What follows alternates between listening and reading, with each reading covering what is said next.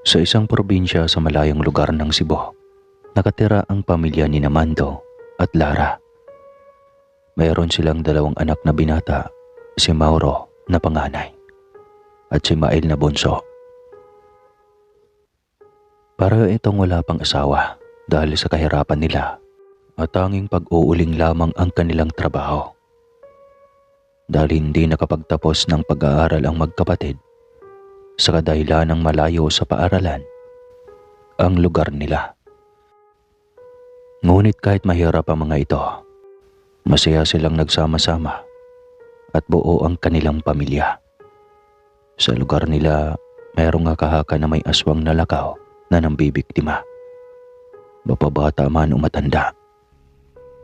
Ayon sa mga nakakakita, ang aswang lakaw o aswang naglalakad ay mayroong malaking mata na parang lumuluwa at mayroong lawit na dila at naglalaway. Sobrang payat rin ito at parang kulubot ang balat. Kaya lahat ng mga taga roon ay nagiging maingat tuwing sasapit ng gabi. Palagi namang nagpapaalala ang ina sa magkapatid na tuwing mag-uuling sila sa kagubatan, dapat ay mag-ingat. Mga anak, huwag kayong magpagabi dahil baka madaanan kayo ng aswang na lakaw. Paalala palagi ng ina na si Lara. Opo, inay. Palagi po namin tandaan yan, sagot ni Mauro sa ina. Nang makaalis na ang mga ito, bit-bit ang mga sako na lalagyan ng mga uling at itak. Masaya silang magkapatid habang naglalakad sa masikip na daan, papunta sa kanilang pinaggagawaan ng uling. Marami-rami na kasi ang umorder sa magkakapatid ng paninda nilang uling. Nang makadaan na sila sa isang batis, nagpasya itong maligo muna sila bago magsimula sa kanilang gagawin. Mael, bilisan lang natin maligo para magandang pakaramdam natin habang sinasako natin ang mga uling, saad ni Mauro. Opo kuya, sagot ni Mael. Pagkatapos nilang maligo, agad naman silang nagpatuloy sa paglalakad papunta sa kanilang ulingan. Dali-dali nilang itong tinapos upang hindi sila abutan ng gabi. Nang matapos nila itong mailagay sa sako, agad naman silang umuwi upang hindi sila abutan ng gabi. Dahil dadalhin pa nila ang mga uling sa palengke. Pagkarating sa bahay, Nay, maghati na po kami ng mga uling sa mga suki natin. Malapit na kasing gumabi, paalam ni Mauro sa nanay niya. Sige mga anak, makagabihin kayo ng uwi. Bilisan na lang ninyo, sagot ni Lara na ina nila. Pagdating sa palengke, kanya-kanyang kuha ang mga suki nila ng mga uling na inorder sa kanila. Hindi nila namalayan na papadilim na dahil sa daming kumuha ng mga uling nila. Habang sila ay papauwi, may nakita silang tao. Nagtataka ang dalawa dahil kakaiba ito sa paningin nila. Kaya minabuti na lang nila na bilisan ang paglalakad. Pagdating nila sa bahay nila, sobrang pagod ang magkapatid at hingal na hingal ito. Ganun na lang ang pagtataka ng mga magulang nila. Mauro, Mael, bakit parang hinahabol kayo ng aswang? Namumutla kayo at hingal na hingal. Anong nangyari sa inyong dalawa? Tanong ni Mando na tatay nila. Tay, may nakita kami ni kuya. Mukhang tao siya pero sobrang pangit. Halos naluluwa ang mga mata niya tapos nakalawit ang dila. Kulubot ang balat na sobrang payat po ito, pagsasalaysay ni Mael sa ama. Nagulat si Mando dahil nakita ng mga anak niya ang sinasabing aswang na lakaw. Pabuti na lang hindi sila nakita ng aswang na yon. Kung nangyari yon, sigurong patay na ang mga ito. Nagpasalamat na lang si Mando sa Diyos dahil naligtas ang mga anak niya sa kapahamakan. Pagkatapos ng pangyayaring iyon, hindi na nagpapagabi ang magkapatid sa pag-uwi araw-araw. Kahit na hindi pa tapos ang ginagawa nila, agad na silang umuwi. Mga ilang araw ang lumipas, tumawag ang tiyahin nila na taga Bulacan. Gusto ng anak nito na magbakasyon sa Cebu. Si Ruel na nag-iisang anak ng kapatid ni Mando na nasa Bulacan nakatira. dahil doon nakapag-asawa muli ang kapatid nito na si Indang. Pumayag naman si Mando sa pakiusap ng kanyang kapatid. Sige Indang, papuntahin mo siya dito. Ako bahala sa kanya. Matagal-tagal ko nang hindi nakita ang paborito kong pamangkin, saad ni Mando sa kanyang kapatid. Si Roel ay nagtatrabaho sa isang kumpanya ng mga sikat at branded na mga damit. Nagkaroon siya ng leave ng mga 2 linggo upang i-celebrate ang pagtaas ng ranggo nito sa kumpanya. Kaya naisipan niya na magbakasyon sa Cebu. Isa sa pinakapaboritong pamangkin ni Mando dahil kahawig nito ang namayapang ama nila. Pagdating ng Cebu, sinundo ito ng kanyang tiyuhin at ni Mauro sa Mactan Airport. Natuwa naman ito dahil makakasama niya naman ng ilang linggo ang kanyang tiyo at mga pinsan. Tiyo, Mauro, salamat sa pagsundo. Natutuwa ako dahil nakita ko na naman kayo, sabi ni Roel. Kami rin Roel, parang kailan lang dati ang late mo. Bago kayo umalis ng nanay mo sa lugar natin. Ngayon, napakalaki na ng pinagbago mo, sagot ni Mando. Habang nasa sasakyan sila papunta sa kanilang lugar, namangha naman si Roel dahil ang laki na ng pinagbago ng lugar nila. Ngunit pagdating sa barangay nila ay nagtataka si Roel dahil ang mga tao doon ay parang takot at napakatahimik ito. Halos sarado na ang mga nakikitang kabahayan. Hindi tulad ng dati na masaya ang lugar nila. Kaya kunento ni Mando ang mga pangyayari sa lugar nila. Simula ng pagtanggap ni Kapitan sa mga tao na gustong manirahan dito sa lugar nila, kaya hindi na alam ng mga taga roon kung sino talaga ang aswang na nambibiktima. Hindi alam ng mga taga roon na isa sa mga kamag-anak ni Kapitan ay isang aswang. Kaya ikaw Roel, huwag kang aalis ng ikaw lang. Kailangan kasama mo ang mga pinsan mo, saad ni Mando sa pamangkin nito. Opo tiyo, tatandaan ko po yan, magalang na sagot ni Roel. Pagkarating nila sa bahay ni Mando, sobrang natuwa si Mael dahil nakikita na niya ang pinsan na kuya niya na sobrang tagal nitong bumalik sa lugar nila. Marami itong pasalubong na mga branded na damit, kaya tuwang-tuwa ang magkapatid at si Aling Lara. Mga cellphone din na binili sa 2 magkapatid kaya natuwa naman si Mauro sa pasalubong ni Roel sa kanya. Dahil matagal na nilang magkapatid na pinangarap na magkaroon ng cellphone. Kaya lang sobrang hirap para sa kanila na maabot iyon. Dahil sa pangako noon ni Roel na kapag makapagtapos ito at magkaroon ng trabaho, bibigyan sila ng kung ano-ano. At ito nga, binila niya ng cellphone ang mga pinsan niya. Ayun Mauro, ang promise ko sa iyo noon para sa ganun magkakaroon ka na ng maliligawan, pabero pa nasabi ni Roel. Tama Kuya Roel, mahiyain kasi si Kuya pagdating sa panliligaw sa mga dalaga dito. Kaya ayan, nalipasan na ng panahon. Dagdag na biro ni Mael sa kuya niya. Nagtatawanan na lang ang mga ito dahil sa totoo lang, mahiyain talaga si Mauro. Dahil iniisip nito baka husgahan siya ng babaeng kanyang liligawan. Dahil wala siyang pinag-aralan. Hindi tulad ni Roel.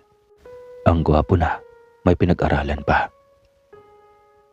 Pagdating ng gabi, habang kumakain ang buong pamilya, nagseryoso naman ang usapan nila. Sinasabihan nila si Roel na pagdating ng gabi, hindi na siya lalabas. Dahil kapag magkataon na gumagala ang aswang na lakaw, baka gawin itong hapunan. Kaya po palang tahimik na ng lugar natin kapag tagip-silim na, pagtatakang tanong ni Roel. Oo Roel, kaya tandaan mo ang bili namin sa iyo ha.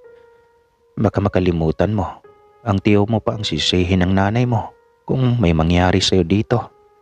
Paalala ni Aling Lara sa pamangkin. Kinabukasan, maagang nagising ang magkapatid dahil pupunta muli sila sa kanilang ulingan. Nagising na rin si Roel dahil sanay itong magising ng maaga. Sumama ito sa 2 sa pagpunta sa ulingan. Habang naglalakad ang mga ito, nakita nila ang nagkukumpulan ng mga tao malapit sa batis. May mga pulis din na nag-iimbestiga. Dahil may nabiktima na naman ang aswang na lakaw. Kaya may natagpuan na katawan malapit sa batis, wakwak ang tiyan. Halos masusuka ang makakita sa bangkay. Ganun na lang ang panlulumo ni Roel sa nakitang pangyayari sa biktima. Kaya naniwala na ito na aswang ang may gawa nito. Mauro, bakit hindi hinahanap ng mga tanod at patayin ang aswang na yan? Tanong ni Roel. Hindi kasi alam ng lahat kung saan nakatira ang aswang na yan. Bigla-bigla na lang susulpot sa tabi mo at papatayin agad ang mabibiktima nito. Sagot ni Mauro. Pagkatapos nilang tumingin sa natagpuan na biktima, nagbandali ng tatlo sa paglalakad papunta sa ulingan at tinapos ito ng maaga. Pagkabalik nila sa bahay, nagpahinga lang ng konti at pumunta na naman sa palengke upang itinda ito. Nang nasa palengke na silang tatlo, may narinig silang usap-usapan tungkol sa aswang na lagaw, kung paano ito mahuli. Kaya nagkaroon ng ideya si Roel upang mahuli ang aswang na lagaw. Sinabi niya ito sa mga pinsan niya, ngunit hindi ang mga ito pumayag dahil malakas ang aswang na ito. Natakot sila na baka hindi nila kakayanin. Ano ba kayo? Mauro, para sa ikatatahimik ng lugar natin to, sabi ni Roel. Roel, mapapahamak lang tayo sa gagawin natin. Ayokong mapahamak tayo, sagot ni Mauro. Hindi talaga nakumbinsin ni Roel ang mga pinsan dahil marami nang nagtangka na hulihin ito, subalit sobrang madulas ang aswang na ito. Kaya wala nang ibang sumubok na hulihin ito. Kahit nakapitan pa ng lugar nila ay nagkunwaring sumuko na sa kakahuli. Kaya sinabihan na lang ang mga tao na huwag nang lalabas ng bahay kapag sasapit ang dilim. Tuwing gabi kasi umaatake ang aswang na ito. Makalipas ng ilang oras natapos na silang tatlo sa pagtinda ng uling. Kaya umuwi na kaagad ang magpinsan. Buti naman at nandito na kayong tatlo. Palala ng palalang panahon ngayon. Dahil kahit tirik pa ang araw, may pinapatay pa rin ang aswang na lagaw. Salaysay ni Lara sa mga anak at kay Roel. Alam niyo po tiya, kung palagi na lang tayong matakot at hindi gagawa ng paraan upang hulihin ang aswang na yan, mauubos ang mga kalugar natin dito, saad ni Roel. Taka naman ang Chine at Chuhin nito sa sinabi ni Roel. Dahil bata pa lang ito ay may pagmamahal na ito sa mga tao sa lugar nila. Pagkatapos nilang mag-uusap, kumain na sila at kanya-kanyang pasok sa kwarto. Habang nakahiga na sila Mauro, Roel at Mael, nang biglang may narinig ang mga ito ng kaluskos sa dingding nila. Kaya napmatsyag ang tatlo. Dahil hindi takot si Roel, dahan-dahan itong bumangon at sumilip sa tabi ng bintana. Napatakip ito sa bibig dahil halos kitang-kita niya sa maliit na butas ang aswang. Lumabas ng kwarto si Roel at nagpunta ng kusina at kumuha ng itak. May dala rin itong asin. Nakita niya ang buntot pagi na minana pa ng tiyo niya sa lolo nila. Kinuha ito at nagkaroon siya ng lakas ng loob na lumabas. Pagkakita nito ng aswang sa kanya, dali-dali itong hinarap si Roel. Halos nasusuka ito sa baho ng aswang. Aatake na sana ang aswang sa kanya, ngunit sa bilis ni Roel, sinabuyan niya itong ng asin at tinampas ng buntot pagi. Namimilipit naman sa sakit ang aswang at tumakbo pa palayo. Nang habulin ito na Roel, nawala agad ang aswang. Yan ang bagay sa'yo, hayop ka. Huwag mong gagalawin ang pamilya ko at ako ang tatapos sa buhay mong aswang ka, sigaw ni Roel. Biglang lumabas sa mga pinsan nito at ang tiyo at tiya, pati mga kapitbahay na nakarinig sa pagsagupaan ng aswang at Roel. Natuwa ang mga ito dahil ramdam nila ay may matapag na kayang harapin ang aswang. Buti na lang po Kuya Roel, mana ka sa lolo natin na sobrang tapang. Walang kinakatakutan kahit anong uri ng nilalang, natutuwang saad ni Mael. Hoy Mael, huwag mong sulsulan ang kuya mo Roel. Dahil paniguradong babalikan tayo ng aswang na yon, pagsasaway ni Aling Lara sa anak. Napangiti na lamang si Roel dahil kahit anong klase pang nilalang, hindi siya natatakot harapin. Samantala, piniyuhan din si Roel ng mga kalugar na mag-ingat dahil hindi niya napatay ang aswang. Baka balikan sila nitong magpamilya, kaya dapat maghanda ang mga ito tuwing gabi. Nagpapasalamat naman si Roel sa mga pag-aalala ng mga tao sa kanilang lugar. Salamat po sa mga payo at pag-aalala ninyo sa amin. Huwag po kayo mag-alala.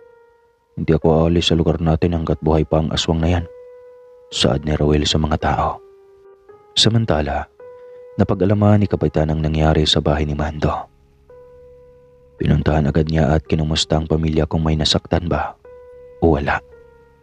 Lingid sa kaalaman ng lahat, ang aswang na lakaw ay kapatid ni Kapitan. Siya ang nagpoprotekta sa aswang na ito upang hindi mahuli sa akto ng mga kalugar nila.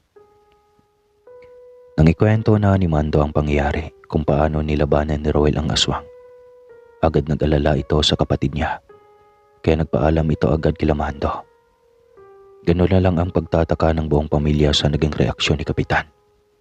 Nang papauwi na si Kapitan, dumiretso agad ito sa gubat kung saan doon niya pinatira ang kapatid niyang aswang at ang asawa nito. Malayo palang galit na ito sa kanyang kapatid at sinisisi kung bakit hindi nag-iingat. Sa sunod, mag-iingat ka na. Hindi ka na masasaktan ng tao dapat. Galit na saad ng Kapitan sa kapatid. Sinabihan niya rin ang asawa nito na bandayang maigi ang kapatid niya.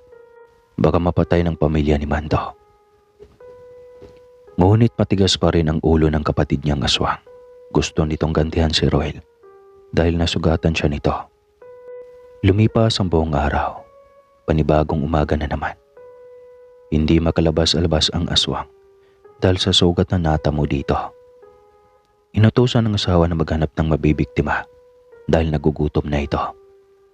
Agad naman na sumunod ang asawa. Samantala sa bahay ni Mando, nagbalak naman ang tatlo na kukuha ulit ng uling. Kaya nagdala ito ng mga gamit sa pangunguling. Nagtaka naman ang dalawa dahil dinala ni Roel ang mga gamit panlaban sa aswang. Roel, tanghali ngayon, bakit dala mo ang mga gamit ni Lolo? Takang pagtatanong ni Mauro. Puro kahit gabihin tayo, Mauro, hindi tayo matakot. Dahil may panlaban tayo sa aswang, sagot ni Roel. Natuwa naman si Mauro at Mael dahil sa katapangan ng pinsan nila. Pagkarating sa kagubatan, si Mauro ay naglalagay ng uling sa mga sako. Samantalang ang dalawang si Roel at Mael namumutol ng uulingin nila sa susunod. Nang biglang sumulpot ang asawa ng aswang na naglalaway sa harapan ng dalawa. Nagulat ang mga ito dahil hindi nila akalain na kahit tanghaling tapat ay kayang lumabas ng aswang at mangbiktima. Hinarap ito ni Roel. Samantalang pinapunta niya si Mael kay Mauro, kaya nagulat si Mauro. O Mael, saan ang Kuya Roel mo? Tanong ni Mauro. Nandun po, kaharap ang aswang.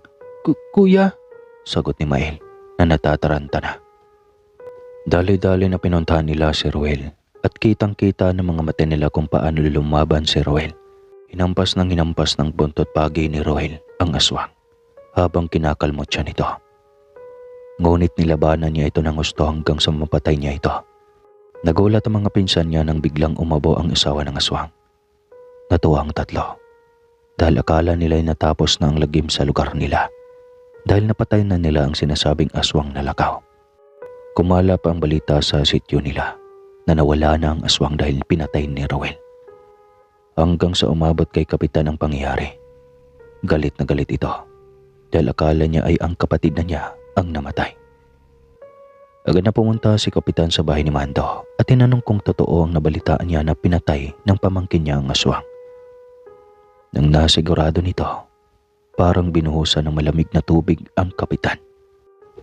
Umuwi agad si Kapitan upang tignan sa gubat ang kapatid. Parang nabunutan siya ng tinik sa dibdib dahil nakita niyang buhay pa ito. Ngunit naawa siya dito dahil ang asawa ang namatay. Ngayon, mag-isa na lang sa buhay ang kapatid niya. Pinayuhan na lang niya ito na hindi mo nalalabas. At siya ang bahalang maghanap ng makakain na tao nito. Tumangon na lang ang kapatid na walang emosyon. Hindi alam ng Kapitan na nagpaplano ang kapatid niya naggaganti sa pumaslang sa asawa nito. Nang bumalik na si Kapitan sa bahay nila, nagpatawag agad ito ng pulong sa mga kagawad at tanod na mas agahan ang pagsara ng mga kabahayan nila upang hindi sila abutan ng aswang sa labas. Nang biglang may sumagot na hindi na sila natakot magabihan dahil patay na ang aswang. Wala nang magawa ang Kapitan dahil yun ang akala nila. Pabor naman sa Kapitan upang makakuha ito ng mapapakain niya sa kapatid niyang aswang. Pagkatapos ng pangyayari, biglang nanahimik na mga 1 linggo ang lugar ni Mando sa pambibiktima ng mga aswang. Kaya napanatag na ang mga tao doon. Ngunit may narinig naman silang bali-balita sa mga nawawalang kabataan sa lugar nila. Malaking palaisipan ito sa mga tao na nakatira doon dahil natahimik sila sa aswang. Ngunit may mga nawawala naman na mga kabataan sa lugar nila.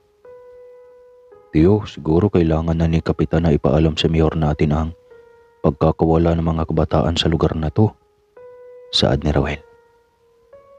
Nako Roel, ilang beses na yan nareklamo na mga nawawala ng anak dito sa atin. Pero isa lang ang sagot nila sa mga tao. Baka sumama sa mga nobya ang mga ito, sagot ni Mando. Nag-aalala naman si Roel dahil mukhang may kakaibang nangyayari sa lugar nila. Una, aswang ang dahilan ng katahimikan sa lugar nila. Ngayon ay may nawawalang kabataan naman. Pinag-isipan ng maigi ni Roel ang mga pangyayari. Naalala niya rin kung paano mag-react si Kapitan sa mga nangyayari. Kaya kinausap niya ang 2 pinsan upang manmanan si Kapitan dahil minsan nakita itong pumupunta sa gubat. Oh Mauro, Mael, pwede niyo ba akong samahan? Kasi gusto kong manmanan si Kapitan. Mukhang kaduda-duda ang ginagawa nito. Pakiusap ni Roel sa mga pinsan. Roel, insan, Delikado yata ang gagawin mo. Pero sige, sasamahan ka namin. Basta mag-ingat lang tayo, baka iisipin ni Kapitan siya ang pinagdududahan natin, sagot ni Mauro. Sumang-ayon ng dalawa sa plano ni Roel. Dahil kahit sila ay may kutob din kay Kapitan. Natuwa naman si Mael dahil para sa kanya, mga hero sila sa kanilang lugar.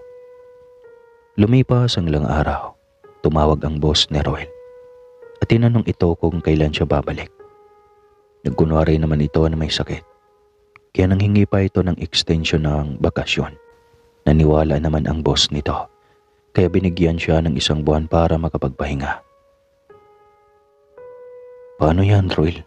Baka masisira ang trabaho mo kung tatagal ka pa dito, saad ni Mauro. Hindi mangyari ni Mauro, mabait ang boss ko. At isa pa, hindi ko kayang bumalik sa Bulacan na ganito ang nangyayari sa lugar natin, sagot ni Roel sa pinsan niya. Kinabukasan, pumunta naman ang 3 sa gubat upang iaayos ang mga kahoy na gagawin nilang uling. Dahil nakaraang nadami na silang pondo upang masalang na nila sa susunod na balik nila. Habang lumalakad ang mga ito, namataan nila na may isang sasakyan na pamilyar sa kanila at hindi nga sila nagkamali. Kuya Roel, Kuya Mauro, si Kapitan yan may kasamang babae, saad ni Mael. Oo nga no. Kung saan pa tumanda si Kap doon pa nagloko sa buhay. Dugtong pa ni Mauro na natutuwa. Ngunit titig na titig si Roel dahil may kakaibang kutob ito sa ginagawa ni Kapitan. Maya-maya, pumasok ang Kapitan at babae sa masukal na gubat. Hindi naman ito pinansin ng maigi ng 3. Kaya patuloy silang lumalakad papunta sa kanilang gawaan ng uling. Gabi na nang matapos sa mga ito sa pagsiga sa kanilang uling. Kaya nagpasya na ang mga ito na umuwi na. Pagkarating nila sa bahay, agad naman itong naglinis ng katawan at nagkukwentuhan bago sila magpahinga. Ngunit hindi mawala sa isip ni Roel ang ginagawa ni Kapitan na may kasamang dalaga na halos ang layo ng edad nila. Hating gabi na hindi pa rin nakatulog si Roel, kaya nagpasya itong lumabas upang makapagpahangin sa labas. Nang biglang sumunod si Mael dahil naramdaman ito na lumabas ang Kuya Roel niya. Kuya, bakit gising ka pa at dito ka pa sa labas? Baka madaanan ka dito ng masamang nilalang, tanong ni Mael. Ay, hindi kasi ako makatulog, kaya ako lumabas, sagot ni Roel. Maya-maya ay nagaya ng pumasok si Mael dahil inaantok pa ito. Ngunit nagpaiwan pa rin si Roel at naisipan itong bumili ng yose. Kaya lumabas ito ng bakod nila Nagbabaka sakali itong may bukas pa na tindahan. O di kaya naman ay kakatok sila sa kakilala nila may tindahan. Ganon kasi sa probinsya. Kahit hating gabi na o madaling araw, pwede mo silang katokin. Depende na lang sa kanila kung babangon sila at pagbilhan ka. Habang naglalakad ito, namataan niya ang sasakyan ni Kapitan na nasa gilid ng daan. At may kausap ito sa cellphone. Hindi niya akalain na madinig ito ang pinag-uusapan tungkol sa babaeng dinala niya sa gubat. Rinig na rinig niya na sinasabihan niya ang nasa kabilang linya na hindi pa nakontento sa dinala niya at pinapagalitan niya ito. Lingid sa kaalaman ni Roel na ang kanyang kausap walang iba kundi ang kapatid niya dahil nanghihingi na naman ito ng makakain na tao. Pagkatapos nilang mag-usap, umalis agad ang kapitan kaya nagtaka si Roel. Bakit ganon na lang ang pagmamadali ni Kapitan? Maya-maya, bumalik na ng bahay si Roel at iniisip nito ang babae na dinala ni Kapitan sa gubat. Hanggang sa nakatulog na ito sa kakaisip. Kinabukasan, nagising ang magkapatid, ngunit tulog pa si Roel. Kaya hinayaan na lang nila ito dahil sinabi ni Mael na gabi na itong natulog.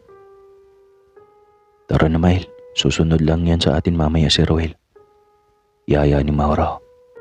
Paano kasi kuya mag-aalas 2 na yata nakatulog ng madaling araw yan? Ewan ko ba, agad parang may iniisip si Kuya Roel na nakakapagpabagabag sa utak niya dahil na hindi siya makatulog. Saad ni Mael sa Kuya Mauro nito. Tanghali na ito nagising at nagulat ito dahil wala na ang mga pinsan niya. Nahiya tuloy siya sa ginawa niya. Sinisin nito ang sarili na madaling araw na ito natulog, kaya hindi niya namalayan ang oras. Pagbangon niya, kakarating naman ang tiyahin nito galing palengke. "Oh Roel, magkape ka muna riyan at may dala akong pandesal," utos ni Aling Lara. Salamat po tiya, pasensya na po kung natanghalian ako ng gising. Hingi ng paumanhin ni Roel. Naintindihan naman ito ng tiya, kaya wala itong problema. Dali-dali naman itong nagbihis at bitbit ang gamit dahil pupuntahan ito ang mga pinsan niya. Habang nasa malapit na ito sa batis, may narinig itong iyak ng babae. Napalagay nito ay parang sinasaktan, kaya hinanap niya ito. Nang biglang nawala naman ang iyak, kaya minabuti nito na bumalik sa daanan at nagpatuloy papunta sa mga pinsan. Naisip niya na baka guni-guni niya lang ang narinig niya. Sinasabi ko sa iyo, Mayle, susunod at susunod ang Kuya Roel mo. Napangiti ito na tumitingin si Mauro kay Roel. Pasensya ng mga insan, nahuli ako ng gising, saad naman ni Roel. Habang humuhukay ang mga ito ng uling, kwento naman ni Roel ang narinig niya sa dinadaanan nito.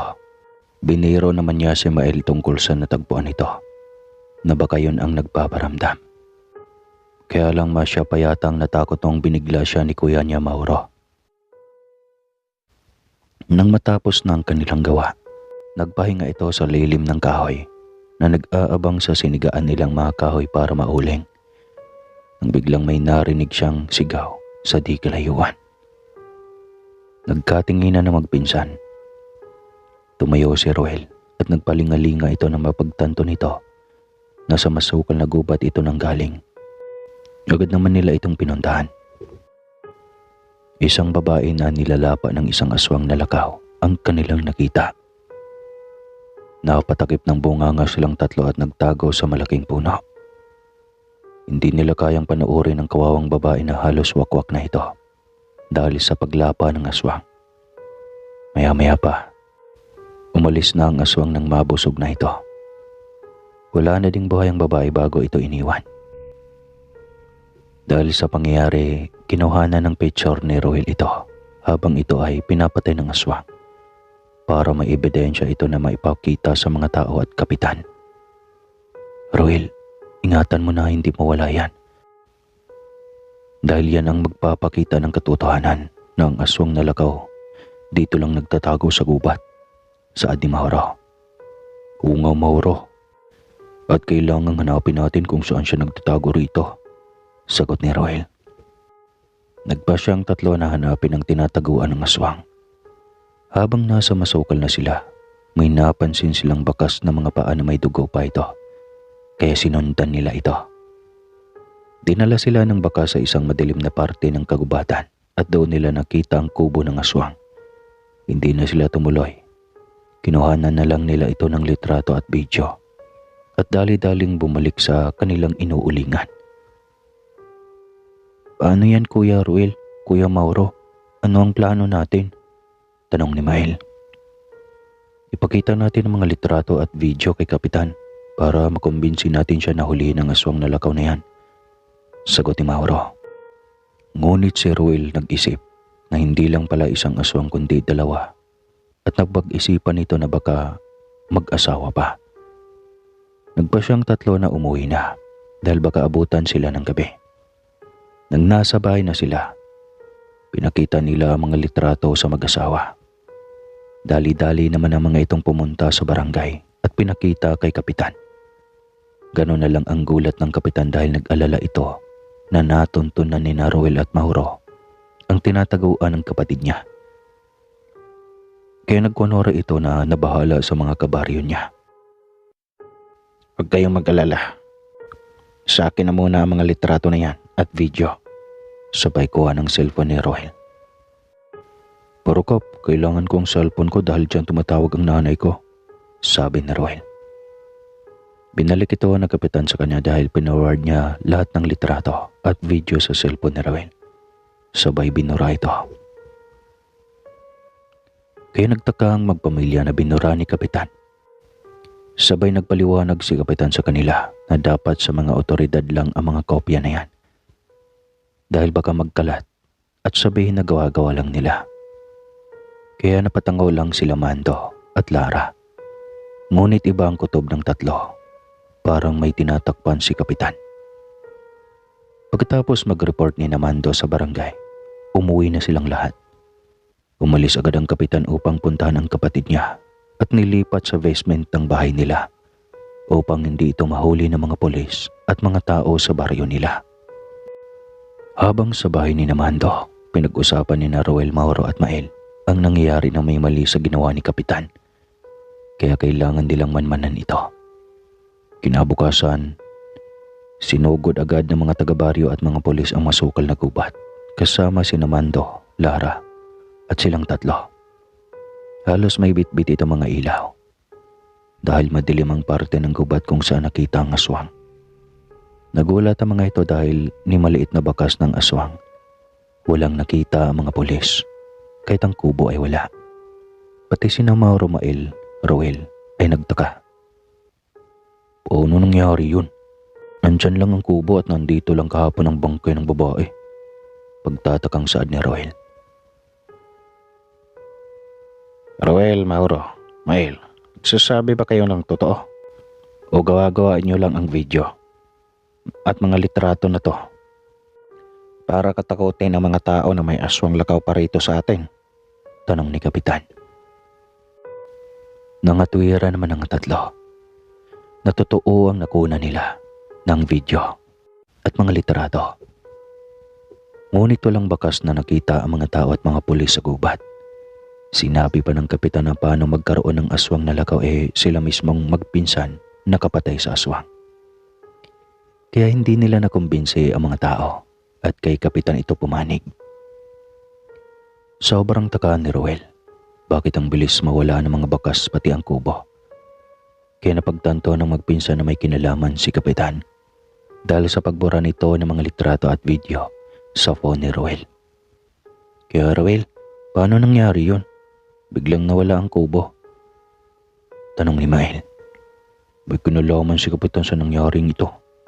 Tinatakpan niya ang aswang," sagot ni Ruel. Sang-ayon din si Mauro sa sinabi ni Ruel dahil sila mismo nakakita ng lahat. Nakakapagtaka lang dahil parang binaliktad sila ni Kapitan. Kaya desidido ang tatlo na manmanan si Kapitan dahil sa nangyari. Samantala sa basement ng bahay ni Kapitan, nagwawala na ang aswang dahil wala na itong makain na tao. Kaya kinuha niya ang pagkakataon. Pagdating ng gabi na tulog na si Kapitan, Lumabas ito at naghanap naman ng mabibiktima. Nagkataon na may magnobyang naglalakad sa gitna ng gabi. Kaya wala itong awa na winakasan ang buhay ng dalawa. Tatakbo pa sanang lalakang ngunit nahagip naman agad ng aswang ang tiyan nito. Sabay dukot na mga lamang loob ng lalaki. Kinabukasan, natagpuan ng mga residente ang bangkay ng magnobya. Wakwak ang tiyan. Nay, Tay, Kuya Mauro, Kuya Ruel, may natagpuan na bangkay malapit sa basketbulan. 2 tao, babae at lalaki. Hingal na sumbong ni Mael. Ha? Sinong may gawa daw, anak? Sabi ko na nga ba may aswang pa rin sa baryo natin? Pagtatakang tanong ni Aling Lara na kinakabahan na. Ganun na lang ang pagkagulantang ng mga tao sa baryo nila. Pati na si Kapitan nagulat. Dahil hindi niya nabantayan ang kapatid niya na lumabas. Kaya pinuntahan ito sa basement at pinagalitan. Sumagot naman ang aswang sa kanya na maghihiganti siya sa pamilya ng pumatay sa asawa niya. Kaya hindi ito mapigilan ni Kapitan sa gagawin niya. Wala naman ang nagawa ang Kapitan. Matapos ang nangyari, nagpatawag ng pulong ang Kapitan sa mga tao. Binalaan naman muli ni Kapitan ang mga kabaryo niya na huwag magpagabi sa daan. Kaya bumalik naman sa dati ang katahimikan at takot ng mga tao sa lugar nila. Yun ang kinakagalit ni Roel. Dahil naging malungkot na naman ang lugar nila at puro lagim na naman ang nangyayari dito. Kaya mga mahal kong kabaryo, mag-ingat na lang tayo. Susunod kayo sa sinabi ko para walang may masaktan sa atin dito. Pagdadrama ni Kapitan. Kap, huwag po kayo mag-alala. Hahanapin namin ang aswang na yan at papatayin. Biglang sagot ni Roel. Pagkatapos ng pagpupulong-pulong, nagsipag-uwian na ang lahat. Ngunit nagpaiwan ang tatlo at hinarap ang Kapitan upang sumbatan tungkol sa nangyari. Dahil kung hindi lang ito tinakpan ng mga nangyayari, hindi sana aabot sa ganito ang sitwasyon sa lugar nila. Nagalit naman ang Kapitan sa tatlong magpinsan at binalaan ito na huwag mangingialam ng gusto.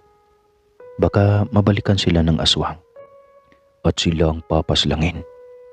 Hindi nagpatinag si Roel at sinagot din ito ang Kapitan. Huwag niyo lang pong kalimutan, apo kami ng dating mamamatay ng mga aswang sa lugar na to. Kaya wala sa pagkatao namin ang matakot humarap sa aswang na lakaw na yan, saad ni Roel. Kayong bahala. Paalala lang ito, Roel, dahil hindi mo kilala ang aswang na yon, sagot ni Kapitan. Umuwi na silang tatlo at nagtaka naman si Mando at Lara na napakaseryoso ng aura ng tatlo. Nang nagsalita ito si Roel, tinanong nito kung saan tinago ni Mando ang punyal ng lolo nila. Nagtataka naman si Mando ngunit sa palagay niya, oras na para ilabas ang punyal para sa seguridad ng kanyang mga anak at pamangkin. Ito ang punyal ng lolo niyo. Dapat hindi ako nito ang hawak dahil pangalawang anak ako ng itay. Ngunit namatay ang kuya kaya sa'yo ko na ito ibigay. Tanging anak na panganay o anak ng bunso lamang ang magmana nito. At ikaw, Roel, ikaw ang magmana nito. Mahabang salaysay ni Mando. Salamat po, tiyo. Pangako po, pagpapatuloy ko sa lahi natin ang magwakas ng buhay ng mga masasamang nilalang sa lugar natin. O kahit saan man ako mapunta, sagot ni Roel. Kinuha niya ang punyal at sinabit sa kanyang bewang. Natuwa naman ang magpinsan dahil sa katapangan ni Roel. Manang-mana talaga siya sa lolo nila. Hindi lang sa katapangan pati sa mukha nito. Lumipas sa mga araw. Palagi na lang may natatagpo ang bangkay. Mga babae, lalaki man, mapabata o matanda, walang sinasanto ang aswang. Kaya gumawa ng paraan si Roel, Mauro at Mael. Naging bistiga ito na lingid sa kaalaman ng mga tao at ni Kapitan. Mauro, Mael, simula nang nawala ang aswang sa gubat, hindi ko na din nakita si Kapitan na pumupunta doon. Pagtatakang saad ni Roel. Nahalatangan namin, Roel, at palagi na lang ito sa barangay hall na nakadikit sa bahay niya, sagot ni Mauro.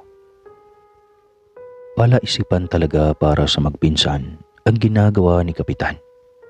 Kaya simula noon, matapos silang mag-uuling sa kagubatan, agad naman itong pupunta sa basketbolan na malapit sa bahay ni Kapitan. Doon lang din sa barangay, kunwari nakikipaglaro ito ng basketball sa mga kalalakihan. Minsan rin nakikipagkwentuhan ito sa anak na babae ni Kapitan para lang mas baybayan nila ang galaw nito. Makalipas sa mga araw, patagal ng patagal naman ang pagtira ni Roel sa probinsya nila. Dahil hindi pa nalagay sa tahimik ang kanilang lugar. Minahal niya kasi ang baryo nila at malapit na siya sa mga tao. Kaya hindi niya ito hayaan ang lagim na nangyayari sa baryo. Gumawa ng paraan si Roel upang mapalapit ito sa anak ni Kapitan dahil naramdaman niya ito na may gusto sa kanya. Kaya pagkakataon na niya upang maisagawa niya ang paghuli sa akto kay Kapitan at sa nasabing aswang. Moro, Mael, tulungan niyo ako sa plano ko. Liligawan ko ang anak ni Kapitan nang sa ganun ay hindi niya mahalata na nagmamanman tayo sa kanya. Saad ni Roel. Hoy, magandang plano yan kuya. Para maturuan mo rin si Kuya Mauro kung paano manligaw. Sagot ni Mael na may pabiro. Natawa na lang si Mauro sa ginawa ni Mael na pang-aasar.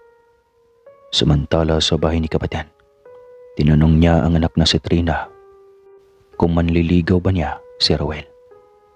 Napailing na lang ang dalaga.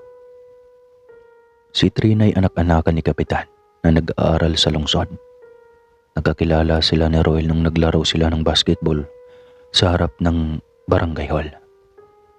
Trina, sinasabi ko sa iyo ha, layuhan mo si Roel. Hadlang siya sa mga plano ko sa barangay. Utos ni Kapitan sa anak nito. Papa, magkaibigan lang kami niyan. Kakakilala ko pa lang sa tao. Pangatwira ni Trina sa ama. Araw ng Sabado, nagpahinga ang magpinsan sa pagpunta sa gubat. Dahil kakasalang pa lang nila ng mga kahoy para maging uling sa mga susunod na araw. Pumunta ang tatlo sa barangay. Naglaro ang mga ito. Nagkataon naman na nandoon nakatambay ang mga kabarkada ni Trina. Kasama siya. Kaya sumali ang tatlo para hindi mahalata ang plano nila. Ay Roel, buti na lang nakapasyal kayo. Mga kaibigan ko pala. Pakilala ni Trina sa mga kaibigan niya. Uy Lo, kumusta naman kayo? Buti naman at may mga kaibigan ka pala dito. Sagot ni Roel. Nagkakatuwaan na sila sa pagkukwentuhan. Nang dumating naman si Kapitan at pinuntahan sila. Pinagsabihan niya ang kanyang anak at nagpaalam naman ito upang pumasok sa kanilang bahay. Sa loob ng bahay, dinig ni Roel na pinapagalitan si Trina ni Kapitan at pilit na pinapalayo sa mga ito. Hindi naman sumunod si Trina dahil ayaw niya na pakikialaman siya ng ama niya. Pagkatapos nilang mag-usap, lumabas muli si Trina para makipag-usap sa mga ito. Maya-maya, nagpaalam ng umuwi si Roel. Sige Trina, uwi na kami. Baka kasi maabutan kami ng gabi sa daan. Alam niyo naman na uso pa ngayon ng aswang nalakaw dito sa atin. Pagpapaalam ni Roel. Okay, mag-ingat kayong tatlo. Sa susunod naman tayo magkwentuhan. Sagot ni Trina. Nagsipagpaalam na din ang mga kaibigan ni Trina tulad ng tatlo. Ayaw din nilang maabutan ng gabi. Pagpasok ng bahay ni Trina, agad itong nagwala sa galit sa ama dahil naiinis ito sa ginawa. Ganon na rin ang pagtataka ni Kapitan sa kanya dahil kinausap siya ng ama. Natakot kasi si Kapitan baka malaman ni Roel na ang pamilya nila ay may mga lahing aswang na lakaw at pati sila ay masasaktan ni Roel. Kilala niya kasi ang pinanggalingan ng pamilya na to. Kaya doble ingat siya sa mga kaligtasan nila. Papa, wala akong pakialam kung mahuli kayo. Kasalanan mo yan dahil tinanggap mo dito ang kapatid mo. Kaya pati tayo nalagay sa alanganin. Paninisi ni Trina sa ama. Kapatid ko siya anak. Kung para sa lahat salot siya. Para sa akin, hindi. Dahil iisang ama lang ang pinanggalingan namin. Salaysay ni Kapitan sa anak. Nagkaroon ng tampuhan ng mag-ama dahil sa aswang na kapatid ni Kapitan. Dali-daling lumabas ng bahay si Kapitan dahil sa galit ng anak. Samantalang habang papauwi naman ng tatlo, nakita nila na nagpapaharurot ng sasakyan si Kapitan. Naisip nila itong sundan. Nang makarating si Kapitan sa isang tahimik na lugar, kinuha nito ang cellphone at may tinawagan. May isang oras lang ang hinihintay niya nang dumating ang isang babae. Dinala niya ito sa masukal na gubat. Nagulat ang tatlo dahil pagkatapos niya itong gamitin, nagpalit ng anyo ang Kapitan at sinunggaban nito ang babae. Lahat ng yan ay nasaksihan ng tatlo, kaso hindi nila naisip na kunan ng video dahil nakalimutan nilang dalhin ang mga cellphone nila. Tama ang hinala mo, Ruel, na si Kapitan ng aswang, saad ni Mauro. Hindi lang si Kapitan at yun ang aalimin pa natin, Mauro. Mail, sagot ni Ruel. Kinagabihan, naganda na silang matulog. Habang nag-iisip si Ruel ay may nadinig itong kaluskos sa dingding. Kaya sinilip niya ito, pero wala naman itong makita. Bumalik sa paghiga ito nang biglang may kumalabog sa bintana nila na para bang bubuksan ito. Pagkasilip ni Ruel, wala pa rin itong nakita. Tamang-tama kasi ang gabing iyon ay maliwanag ang buwan. Nagsalita itong si Ruel na kung hindi siya titigil, bukas na bukas babalikan siya nito sa bahay nila sa barangay hall. Natahimik naman ang pagkakaluskos at pagkalabog nito sa bintana nila. Kinaumagahan, tinignan ni Ruel ang bintana nila. May bakas ito na parang kinalmot. Nang may tumawag sa kanya at sinabihan ito na may nakita sila kagabi na tao sa bintana nila na kumakaluskos. Kaya iniisip ni Ruel, naggaganti talaga ang aswang sa kanya. Kuya Ruel, magkape muna tayo bago tayo pupunta sa gubat, iaya ni Mael. Sige Mael, papasok na ako. Tapusin ko lang ito, sagot ni Ruel. Nilagyan niya kasi ng pangontra sa aswang na kung dadaan ito at masagi niya, malalaman nila kung sino ang aswang na dumaan dahil mangangati ito at magkaroon ng pantal-pantal sa balat. Pagkatapos nitong gawin ay pumasok na ito at nagkape bago sila tatlong umalis. Dala naman nito ang gamit ni lolo nila dahil alam niya nagaganti ang aswang na lakaw sa kanila. Habang naglalakad ang mga ito, nadaanan nila sina Kapitan at mga tao sa malapit sa masukal na gubat. Dinig nila na may natagpuan na katawan ng babae na wakwak ang tiyan. Hinala nila ay kagagawa na naman ito ng aswang. Nang makita sila ni Kapitan para bang sila pa ang pinagdududahan nito at parang ibinentang sa kanila dahil malapit ito sa inuulingan nila. Mauro, Roel, Mael, buti na padaan kayo. Kasi kayo lang naman ang palaging dumadaan dito. Hindi niyo ba narinig na may sumisigaw o humihingi ng tulong? Tanong ni Kapitan na parang may pagdududa nito sa tatlo. Kapitan, kung may narinig man kami o may nakitang ganyan, sigurado magkakaroon naman pa ulit kami ng video. Ang hirap kasing magbintang na walang ebidensya, di ba Kapitan? Sagot ni Roel.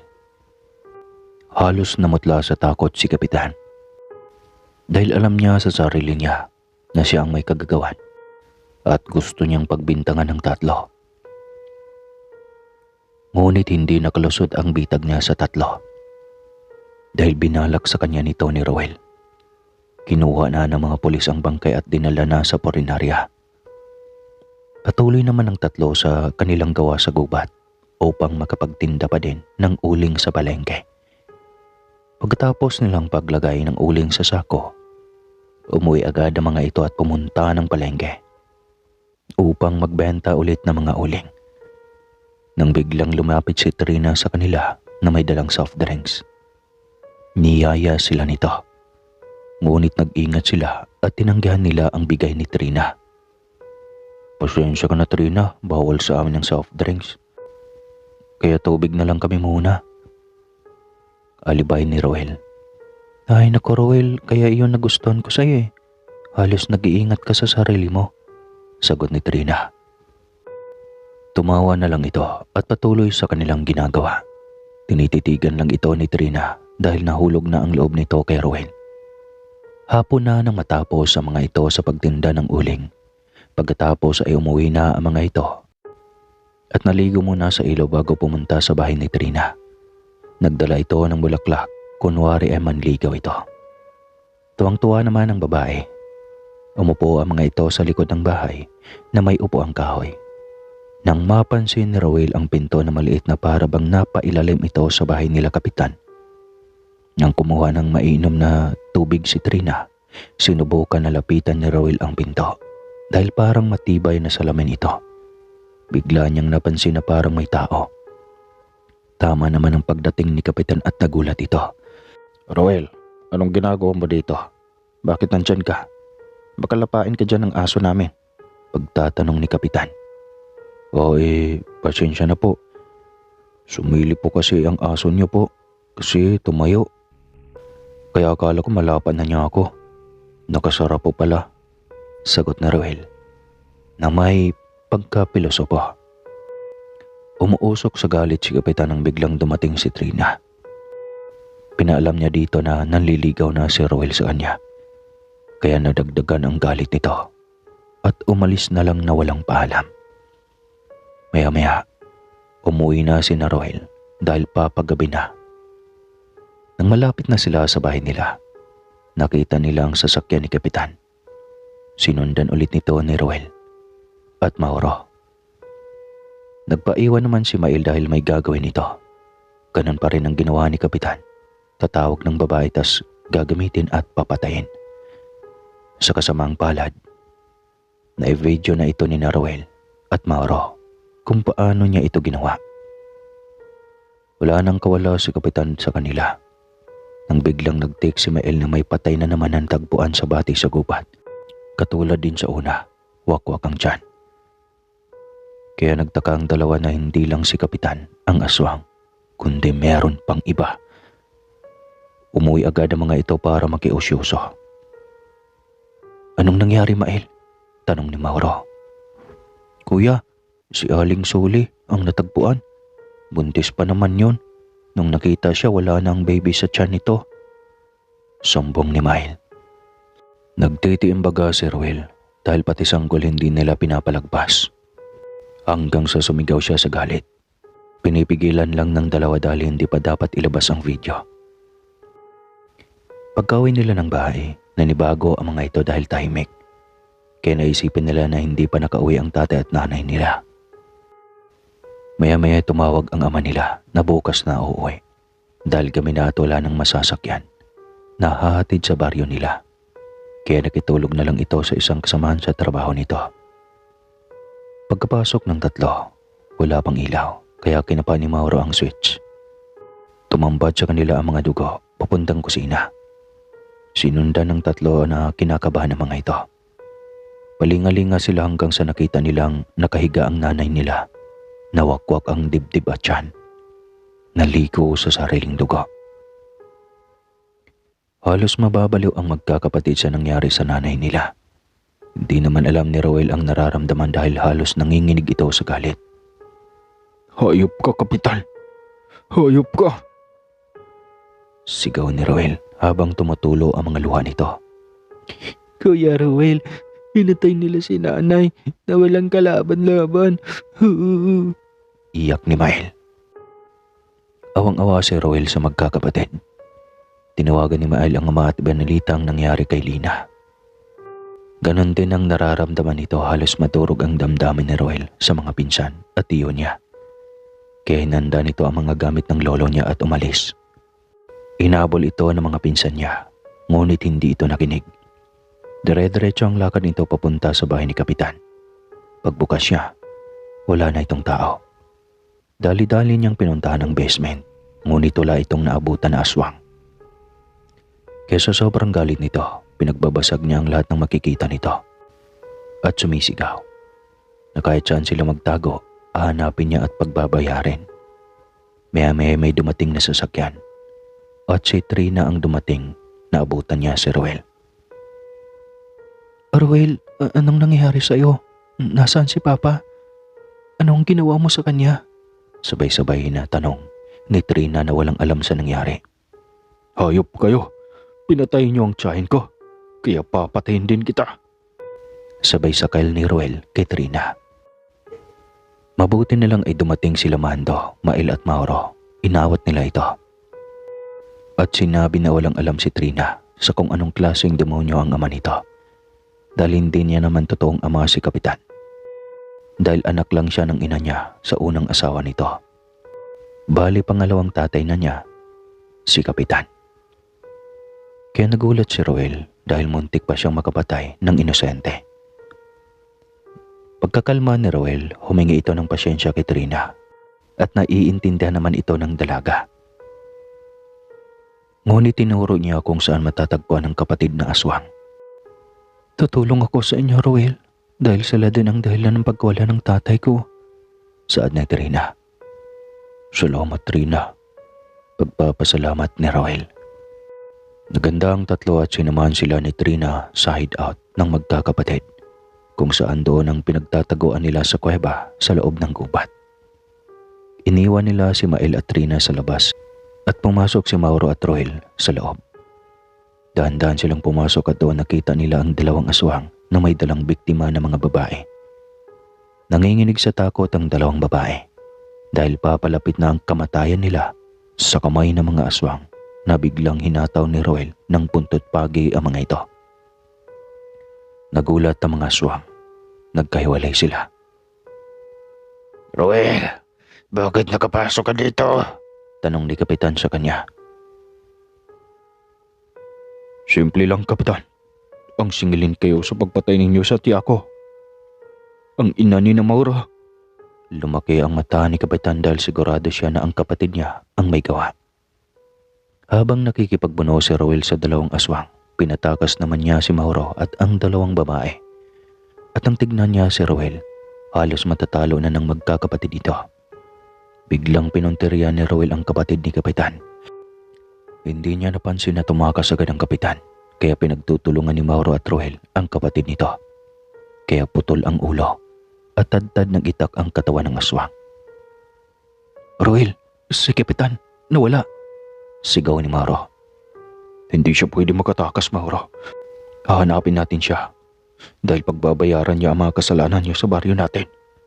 Saad ni Roel. Nakatakas si Kapitan kaya lumabas ang magpinsan sa kuweba. Nakaabang naman sila Trina at ang dalawang babae. Nagpasalamat ang mga ito dahil nailigtas sila. Ngunit matamlay si Roel dahil nakatakas ang aswang na Kapitan. Alam nila na gagawa at gagawa pa ito ng kasamaan. Nagpasya naman silang umuwi at binurol sa kanilang bahay sa Lina. Nakikiramay ako sa inyo, Mang Mando. Ako na po ang hihingi ng tawad sa kasalanan ng ama. Pagpapakumbaba ni Trina. Wala kang kasalanan, Trina. Alam ko mabuti kang bata. At alam ko na hindi mo ama si Kapitan. Kaya huwag kang humingi ng tawad para sa kanya. Sagot ni Mando. 3 araw ang makalipas nang mailibing na ang ina ni na Mauro. Nagpasya si Roel na hanapin ang Kapitan sa gubat. Alam nilang hindi lalabas iyon dahil kalat na ang video niya kung paano niya kinakain ang mga babae matapos niyang gamitin. Kaya sa gubat lang ito pwedeng magtago. Sumama naman si Mael at Mauro. Habang nasa gubat sila, nakarinig sila ng mga kaluskos at yabag ng mga paa sa di kalayuan. Naganda ang mga ito dahil hindi lang isa ang narinig nila. Pagkalabas ng mga ito ay nasa lubong nila si Kapitan. Roel, mabuti dahil kayo na mismong naghatid ng mga buhay ninyo rito. Saad ni Kapitan. Oo, Kapitan. Mas masaya akong dito sa lungga ninyong mga aswang. Walang madadamay na tao at malilinis na namin ang kagubatan. Sagot ni Roel. Nang may biglang sumugod ng kung sino. Sa pulito at biglang naputol ang ulo. Maya-maya nagbakbaka na. Lumaban ng patay ang magpinsan. Bawat hataw ng mga ito ay putol o biyak ang matatamaan ng mahabang itak ng magkakapatid. Ganon din ang kay Roel na ginagawa. Sa kabilang kamay may itak sa kabilang punyal ng lolo nila. Bawat tusok sa punyal, lumiliyab ito at abo ang natitira. "Roel, mag-iingat ka," sigaw ni Mauro. Kaya rin, hindi ba kita naturuan manligaw kaya huwag mong hayaan na mapatay ka ng mga aswang? Pabiro ni Roel kahit nasa delikado na silang tatlo. Natawa nilang si Mael dahil palagi nilang inaasar si Kuya Mauro niya. Nang maubos na ng dalawa ang mga aswang, nakita nila na dihado na si Roel dahil nabitawan ito ang punyal. Pinulot ni Mauro ang punyal ng lolo niya at saka sinaksak sa likod si Kapitan at tumagos hanggang sa puso. Nangingisa ito na nakadapa sa lupa. Dilat ang mga mata bago ito naabo. Pagkatapos ng bakbakan, umuwi ang tatlo habang nag-aabang si Mang Mando at Rina sa kanila.